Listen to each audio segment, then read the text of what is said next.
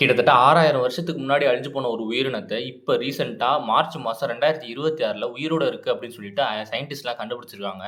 இது பேரு தான் பிக்மி லாங் ஃபிங்கர்டு போசம்ஸ் அப்படின்ற மாரி சொல்றாங்க. இந்த ஸ்பீசிஸ் பேர் லேசர் ஸ்பீசிஸ் அப்படின்ற மாரி சொல்றாங்க. இது எந்த இடத்துல ஃபைண்ட் ஆயிருக்கு அப்படின்னா, வெஸ்ட் பாப்புவால இருக்கிற காட்டு பகுதியில வந்து மிருகங்கள வந்து வாட்ச் பண்றதுக்காக கேமராலாம் செட் பண்ணி வச்சுருக்காங்க. அதுல தான் இந்த வந்து மிருகம் ஃபைண்ட் ஆயிருக்கு அப்படின்ற மாரி சொல்றாங்க.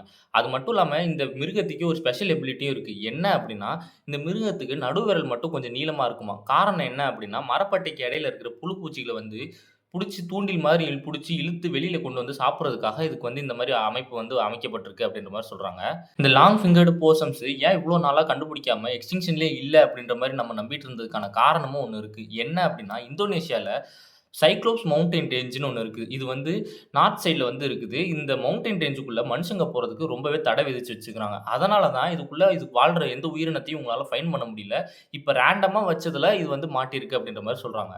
என்னதான் பூமியில என்டேஞ்சர்ட் ஸ்பீஷீஸ்ன்னு சொல்லிட்டு நெறைய மிருகங்கள் வந்து அழிஞ்சுட்டு வந்தாலும், ஒரு சில சைடு மனுஷங்களுக்கே தெரியாம சில அரிய வகை உயிரினங்கள்லாம் இன்னமும் வாழ்ந்துட்டு இருக்க தான் செய்யுது. இது மாரி ரேர் ஸ்பீஷீஸ் பத்தின கன்டென்ட்க்கு என்ன சப்ஸ்கிரைப் பண்ண மறந்துறாதீங்க.